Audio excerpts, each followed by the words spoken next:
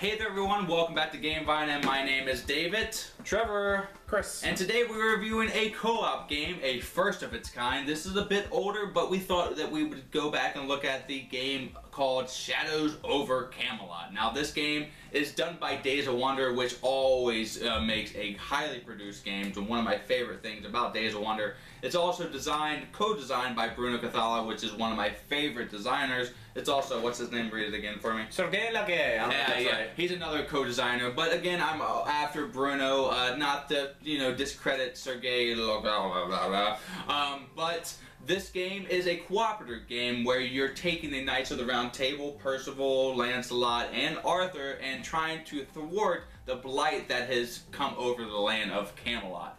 You're doing this in the fashion of kind of poker, really, right? You're playing straight, you're playing full houses, you're playing number cards, and it's kind of, I would say it's pretty thematic with the exception of the cards and whatnot. But there is a possible traitor. Again, Shadows over the Camelot is the first of its kind to come into the modern board gaming and bring a co-op and have a possible traitor. And nowadays, the modern gamer has played a whole bunch of co-ops, but Shadows over Camelot was way before its time. And the theme is pretty cool. I would say Monty Python always comes up when we play. I mean, the Black Knight is in here. You're fighting dragons. You're fighting Pikmin. You're fighting just trebuchets and all this kind of stuff. But you're trying to work together unless you are the stinky traitor. He was a traitor. He was the traitor. I was the traitor one time. Yeah. But Jesse was also a traitor. Jesse won. Yeah, as the traitor. So it's definitely possible to win as a traitor if you want. Couldn't believe it. But there's always that paranoia that there might be a traitor, because sometimes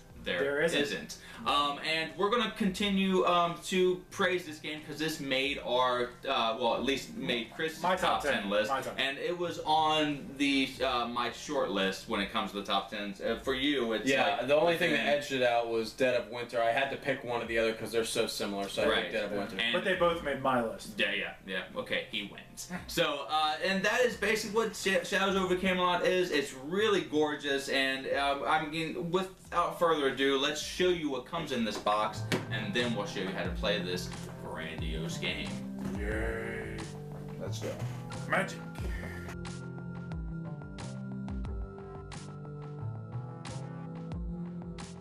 So here are all the components that come in Days of Wonder's Shadows over Camelot.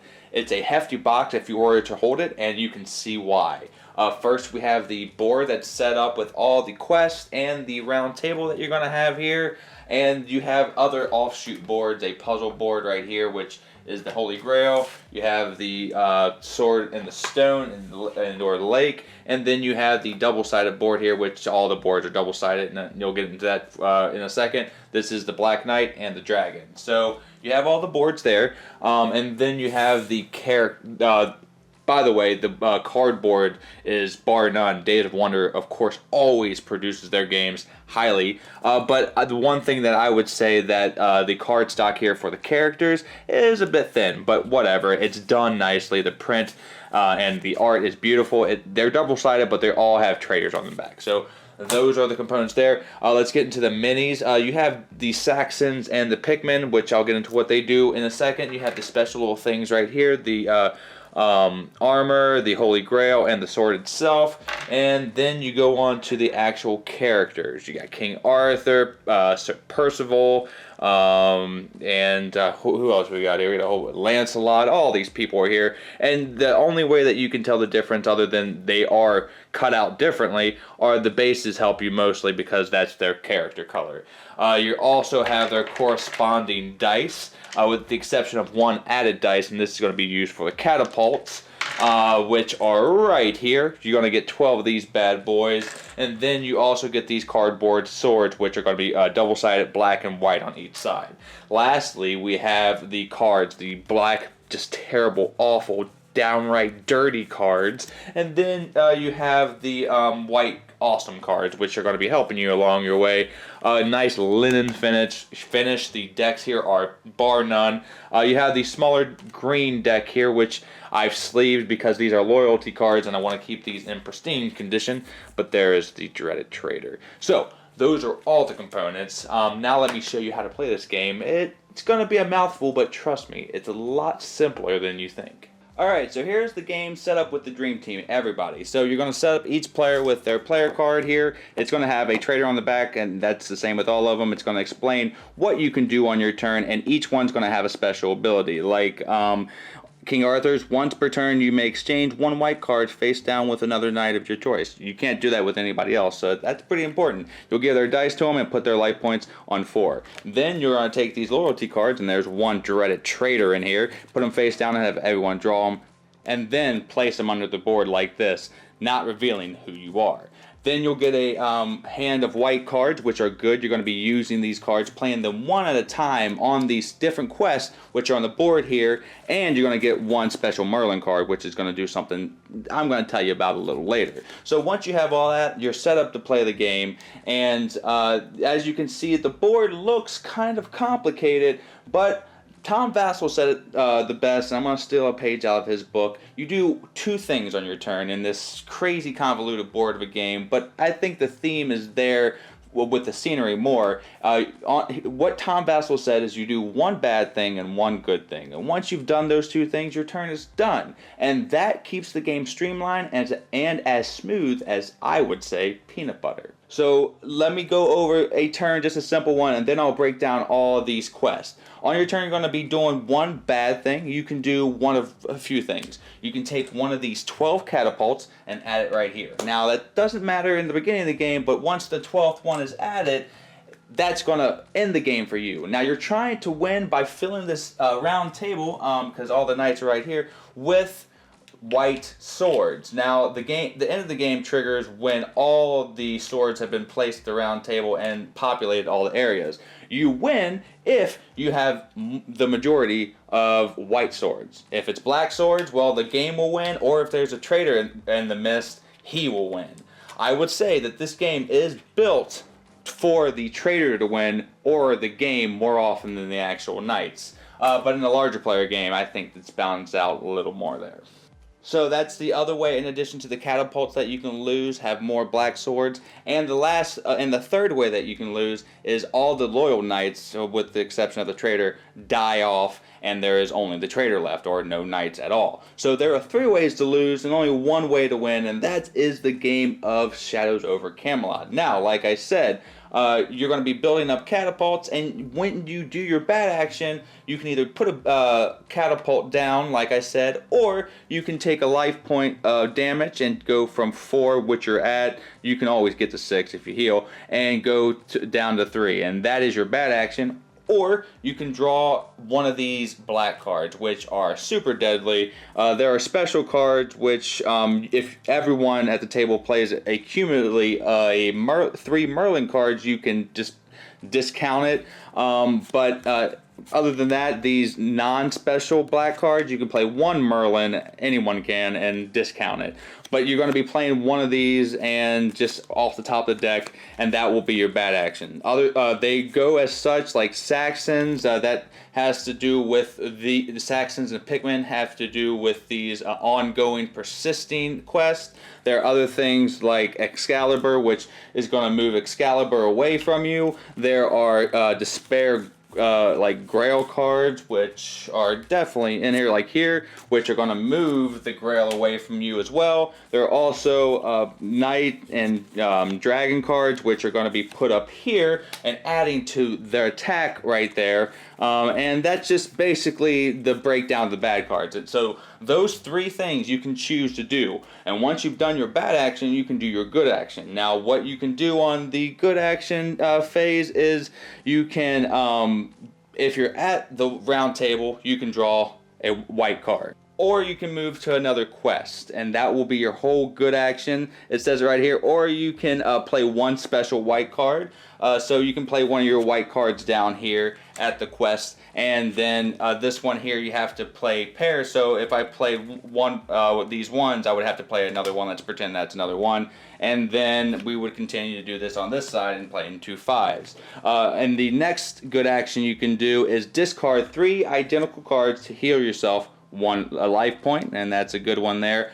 Or you can go to the round table and accuse somebody of being the traitor. Now this is important to keep in mind because once you've done this at the round table, you can make accusations around here if you want. But once you've done it at the round table, you call out that person and they either they have to show you their loyalty card, and then if they're loyal, you add black swords to the round table, and then you're just SOL. But if they are the traitor, you will add white swords here and they will flip their card and they no longer can do their regular action. They're just going to be really trying to push this black deck down your throat and add siege engines and try to beat you and kind of hasten the black deck and or the blight that's coming towards Camelot. So that is basically what you can do on your good turns. So now that you know how to play the game, you're going to be doing one bad action, doing a black card if you want, and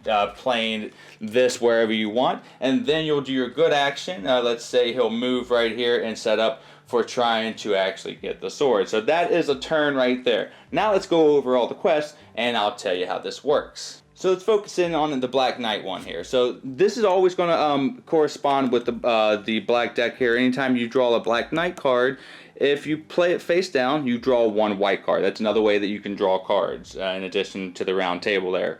Or you can play it face up, showing everybody his strength and not get the white card. But this is a 1, so I'm going to play it face down and get that white card. Once either 4 cards are placed here for the Black Knight, or two pairs right here are placed, that will trigger this quest, and then we will do whatever happens. We will add up all the numbers here, so if we have 2 1s, let's say, and 2 5s right here against the 1 1, we definitely win. Then any of the knights which are here, there is only 1 space, but if there were multiple spaces, they would reap their rewards, which are, I don't know if you can see it, let's zoom in a little more. They would get 1 sword, and they would get 3 cards to share among each other if there is more than 1 knight, but this one's a solo quest, so he would get 3 cards, and he would get to heal 1. But if they lost, they would get 1 black sword to the table, and each of the knights there would take 1 damage. So that is how that one works, and that's a persistent one, so it will just reset, just like these 2 here, the Saxons or the Pikmin. They are going to be placed on the board whenever you draw a black card, and then there are only 4 of them. So once all 4 are placed, you're going to have to do the bad thing, which is 1 black sword, 1 damage, and 2 siege engines, and then they will reset. But you do have a good thing that happens if you're able to stop them, and again, they reset. And there are the opposite ones on the opposite side of the board. Along the top here, this is the Grail. Now, again, you can only ever play 1 card, and you're trying to progress this Grail to the other side. But if there are despairs, they're going to either get placed on the Grails and just eliminate each other, or you place a Grail on top of the bad one to eliminate that to progress it. So they're going to be going back and forth, so hopefully you have enough Grail cards to succeed. But once you've done that, you get the Grail that revives somebody, and you also get 3 swords and more white cards, yada yada yada. The 2 other quests over here are the more interesting ones, the offshoot boards. You have the Sword and the Stone and the Knight and the Dragon quest. So let's go over the Sword and the Stone. All you're going to be doing is discarding 1 card face down, just out of the game. And this is going to move the sword closer to you. This is a great quest for the trader. He can get rid of cards like Merlins and all that he doesn't want the people using, and, you know, really hinder the team. Best place to go for the trader. Once you've gathered this one here, you get the sword and you get the +1 tag, I think it is. Or if it goes away, well, I'm sorry, it went the opposite way. That would be going away. This is going here, but if it goes away, then you get the repercussions. The board flips over, and anytime you take a card that has the Excalibur on it, instead of moving the sword away from you, you're going to add a siege engine, and that's where the siege engine thing, it's going to speed up. So let me go over the siege engine before we go over the knight. The thing is, if you're at the round table, you can go out and fight a siege engine. You can use these fight cards instead of using them for the pairs and straights and stuff for their actual face value, and play as many cards as you want there instead of just one. And you have to roll this dice and get under that number. It's an 8-sided dice, so if you play 9, you automatically win, and then you would take a siege engine out. Now, if you lose, you take a point of damage, so you have to worry about that. So that's something you would do once you start to get to the point of like 9 siege engines. The last quest we have here is the full house. You have to get trips over here and pair over here. Again, you will be placing this face down or face up, depending on if you want a white card, just like the Black Knight over there. And this is going to trigger if one of these things happen. Again, you'll add up everything that you need and see who wins, and then just do whatever it says with the swords and white cards. But if you lose or win, this board flips over, and then it becomes the dragon permanently. You can continue to do this quest. It can happen once or twice, just like anything else. But that is basically all of the quest in Shadows over Camelot. You'll continue to do this process until one of 3 outcomes of losing happens, or the actual win condition happens, if you're able to populate all the board, because once the circle is populated with all the swords, that triggers the end game. Hopefully you have all the white swords. Again, I didn't talk too much about the traitor, but he is going to try to hinder the people. Once he is revealed, he's going to be moving the deck faster, adding more sieges faster. He's not going to be playing any white cards, but, I mean, it's fun to be the traitor. I wouldn't know. I've seen people play the traitor, because I've never been that person, but whatever. So that is basically how you play this game. It does seem a little convoluted and or complicated, but again, this isn't chunky peanut butter. This is smooth peanut butter. Once you start playing this, the turns are going to go bingo, bango, and you're going to be done. You're either going to lose really fast, or you're going to win pretty fast. Within an hour or so, which is, I think, a good time stretch for a game like this. So, now that you know how to play, let's give this game a grade and tell you what we think. Let's go. So that is Shadows over Camelot. Oh man, it's a mouthful, but it sums it up. And as we always do here on Gamevine, we're going to be giving this game a grade and or a percentage, which I'm going to be doing. These guys are going to do a 1 out of 10 kind of scale. So let's start with me. I love Shadows over Camelot. It was the first cooperative game that I played of this scale, and it was such an experience for me. So my grade is going to be a 92%, which is a low A, but I mean, it's an A after all. It's, of course, if you watch my top 10, Dead of Winter might get a higher grade when we do that review, but I'm not going to spoil that for you right now. But this is up there with it. I love the way that the theme kind of just is dripping off of every piece of this game.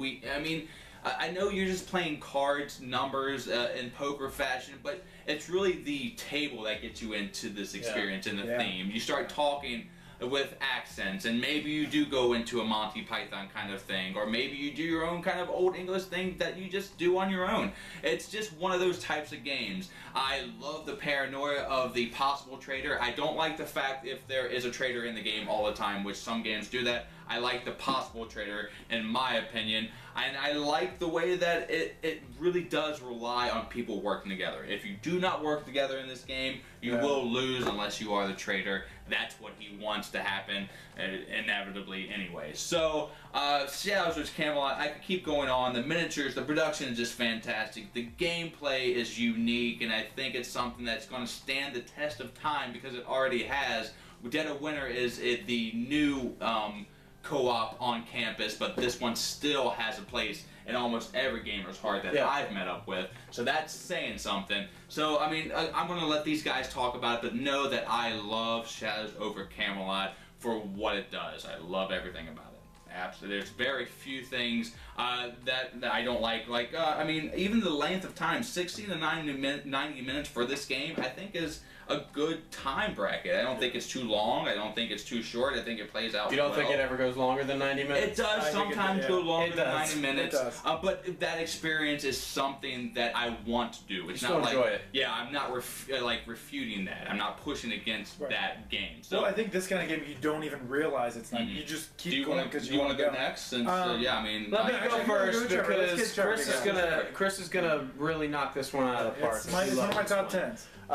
I like this game. I gave it an 8 out of 10, and I'll explain why. I really enjoy this game. I'm actually a big fan of co-op. It's not that I don't like going head-to-head and trying to go for winner-take-all type games. I like those games, but for me, gaming is so experiential. I like getting together and being social. So I like a good mixture. This is a perfect game for that because it's a good mixture of strategy and it's very gamer heavy, but at the same time, you're getting a good social experience. The things that took away from it, first I'll just say that the components in this game are amazing. I love all of the miniatures, everything like that, perfect.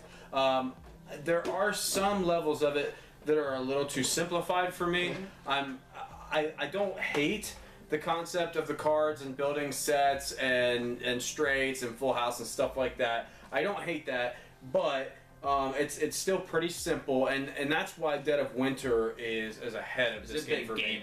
I will say, yeah, I mean, but this game was a pioneer. So if anything, I'm sure that, and maybe it didn't have any impact at all, but I would assume the people that produced and created Dead of Winter probably played this game. oh, absolutely. So, Absolutely. that being said, and I like Dead of Winter because it got very specific in what you could do with specific skills, Which with your theme did you characters like and your more? cards. With what? Do you like zombies or do you like fantasy more? I'm very partial to both. That doesn't make a difference for me. For me, it was the simplification of the cards that you have. Dead of Winter took it and made it a little more complex, a little more variable to the game. So that's why it just edged it out a little bit. But this was a pioneer for me in this specific genre. That's why I really like it. It's still getting 8 out of 10. If the gameplay was just a little more in depth, and if like the card playing was a little more complex, gave you a little more room with what you could do with your hand, right? It would maybe go up to a 9 for me. But yeah, a really solid 8 out of 10, probably more like an 8.5 if I were to do fractionals at this point. All right, Chris. All right, well, I guess it's my turn. Yeah. So I'm going to give this game a 9 out of 10. That's basically what I did. Yeah, I'm giving it a 9 out of 10. I love this game. I love any co-op games and secrets. I love the fact that like you want to keep that traitor thing a secret until the very last second, or not. Like I know we've played a game where there wasn't a traitor at all. Yeah. But we all thought there was a traitor, and it really didn't. It didn't hurt it. Well, but it did intense the game a little bit more. But like we always say is you do one good thing and one bad thing, and I think that helps the traitor hide because you always have to do because you have to do one or the other. Yeah. Sometimes you don't know that they're doing bad things. Right. If they're discarding good cards, you don't know because you don't know, right? Yeah. And see, that's the thing with the traitor is you want to play it off. Like they mentioned earlier, we played with a friend of ours, Jesse. And he was the traitor, and he won the game. Traitor ever. But we never knew he was the traitor until the very end of the game. And now we hate his guts. And that's true. So much. Sorry, Jesse. Love you, Jesse. No, we don't. No, we don't. No, we do. But this game is just so in depth. I love the fact that there's just everything in there. Any kind of Camelot theory or anything Camelot related. King Arthur, anything? It's portrayed in well, there. right? It is in It's here. really portrayed well. I mean, there's Merlin, there's all the knights, there's Mordred, The there's sword Morgana, in the stone, sword which in the is stone. in the lake first, Right. just like you In the think lake. it should be. There's the dragon. There's just so many, like Dave said earlier with the board, there's so many places you can go. And so many other things you can do. Yeah. And the thing, you've said it before, it looks more complicated than It looks super complicated. Super simple. But it's not. And the fact that you're playing this complicated game, but you grasp it so easily, Right. I think is a huge plus. Right. It is easy to understand. Yeah. Like, I mean, to an extent, you can't jump right into No, it. there's a But little bit of detail. for what it is. But, and I'm going to disagree with Trevor a little bit on the card aspect because, like you said, it is kind of simple where you're just trying to get it straight or do whatever to fill that area's quota, right? Yeah. Whatever you want to call it. But there is another aspect that you can do, and that's actually you can trade cards off. Yeah. to another player that might need it, because it's co-op. You wanna, if you're all good, you really all want to work together. If. You really want to. Well, see, and that's the thing with this game. At the start of this game, you're under the assumption that everybody's good, so everybody wants to help each other. You're Knights of the Realm. You want to keep this area going. You don't want to spoil it at all until you reach that find out with the traitor. And that's another part about this game that Dave has explained in the whole details here, is you can accuse anybody of being a traitor at any time. Yeah. But it could also hurt you at the same time. Yeah. Because like Dave showed with the round table, there's certain quotas you have to reach for the good guys to win and the bad guys to win. Right. Without, like Jesse did, without showing himself. If all the tables mostly black swords, Traitor wins. Traitor wins. If the There swords, are more ways to lose. yeah, there's so much more. Definitely. But if the table's all white, I mean, there's a certain percentage. If it's more than white, and there's certain other quotas that are met, then it's a game win for the good guys, basically. So there's just a lot to this game, which could. So what keeps it from being a 10? What is it, like the player What- downtime? no, what- setup time? What really or- keeps this from being a 10 is it's not Hero Escape. So If you're not, There you you go. heard it here. If you're not Hero Escape, you're not getting a 10 Bingo, bango. from Chris. no, because this, like we said earlier, this game could drag on and be longer, but you don't realize it. Yeah. With I'm gonna say Hero Escape because it is a 10 game for me. I don't care how long that takes. That game doesn't bother me at all. Yeah. Yeah. This game could bother me a little bit if the time goes on, but I don't realize it. Yeah. And when I suddenly do realize, oh man, this game's been like an hour and a half, Yeah. then I'm more like, oh, I don't know. Yeah. But with all that being said, artwork's great. The figures are great. Really I good. mean, there really isn't. I mean, the artwork in this is freaking amazing. Days of Wonder, man. Oh, dude, there's many figures on the knights Even unpainted. Very just breathtaking. everywhere. Everything about this game on the artwork wise is pretty high for me. All right, so that pretty much sums up what we think, right? Any final thoughts from you two? I will say the one thing that I feel like it's superior to Dead of Winter, which I've been comparing it a lot to in this video. The components far and above destroy Dead of Winter. Dead of Winter is strictly like cardboard standees and stuff like that. Right. So I will say, if you are looking for a really cool kind of medieval component type game, this is awesome. Yeah, perfect. Chris? I'm agree with Trevor, man. That's what really got me into this was the artwork on it Seeing it and on the the figures, table. everything. Just the way it looks on the table, like Looks they good. said, looks great. Yeah, it's going to draw anybody in. So that is Shadows over Camelot for us. Over Camelot instead of I did say that's what we both did. That We did, went Well, on if that. there's shadows over Camelot, then these shadows are also of Camelot. Oh yeah, Yeah. look at that. There's a paradigm for you. So thank you so much for watching today's review. Please like and subscribe at the very end of the video. We would very much appreciate that. That's how we get even bigger, so we can do even more videos for the fans out there. Until the next time that we see you, I've been Dave. Trevor. Chris. And have a great rest of your day and a great time with all the shadows that you play. Bing, bang, boom. Does that mean anything? Bing, bang, boom. I don't know. Bye everybody. Bye.